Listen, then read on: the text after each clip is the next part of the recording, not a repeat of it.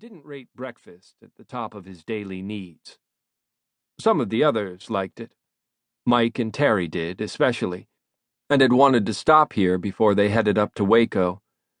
Usually they stopped at a barbecue joint just outside Austin called Smitty's, where the one-eyed ex-Marine cook put eggs and beef hash in a blender with hellacious homemade hot sauce and called it a Texas tornado. But Smitty had closed up shop at the first of the summer, and so Denny's got the vote. They had never been in here before, and had never met Laurie, but of course she knew. Probably because if there were 1,352 guitar players in Nashville, there had to be 1,463 bands in and around Austin, so seeing musicians sitting in a Denny's was no biggie. But more clues were the bracelets of green vines and music notes, the opening bars of Amazing Grace, tattooed around Ariel Collier's wrists. Or maybe Terry Spitzenham's soul patch and shaved skull, or Mike Davis's heavily tattooed arms, or Burke Bonnevay's silver nose ring, and in general her do not fuck with me attitude, or Nomad's own shoulder-length black hair, sunglasses designed to shut out the world, and his dark demeanor. Take all that together, and you had either a band or a freak show, and some would say there was very little difference.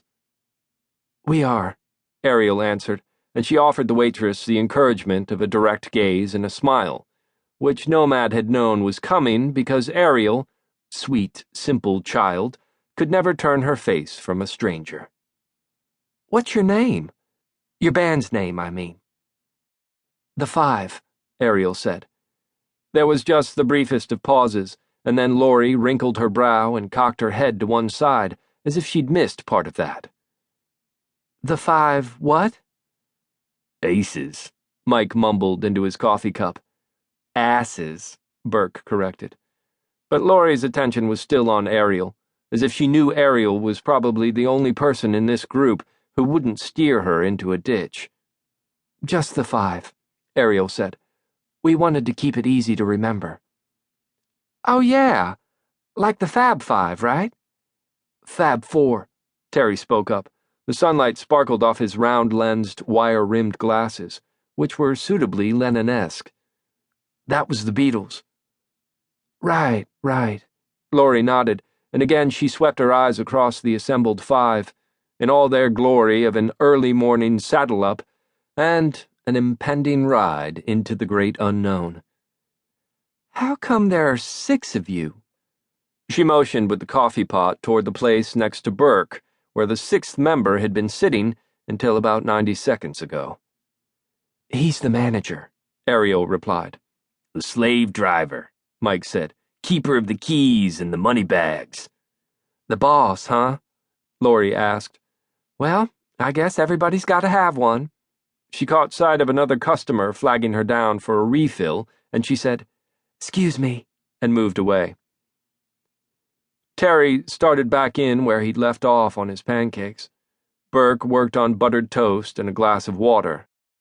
Mike ate his scrambled eggs, Ariel sipped her apple juice, and Nomad parted the window blinds a fraction so he could peer out against the glare into the parking lot.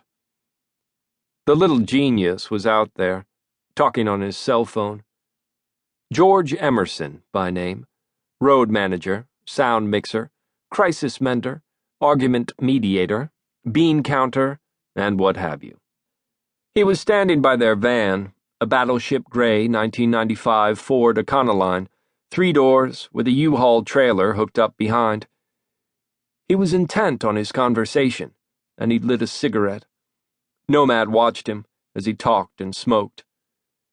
George was 5 feet 6 inches tall, had curly light brown hair, losing it on the crown a little bit, to be honest, and he wore horn-rimmed glasses and his usual button-down pale blue short-sleeved shirt and chinos. God only knew why George wore brown loafers with shiny pennies in them. Maybe it was for the shock effect. George was strolling back and forth now as he talked, trailing a plume of smoke. Not only was he a little genius, he was a little locomotive. I think I can.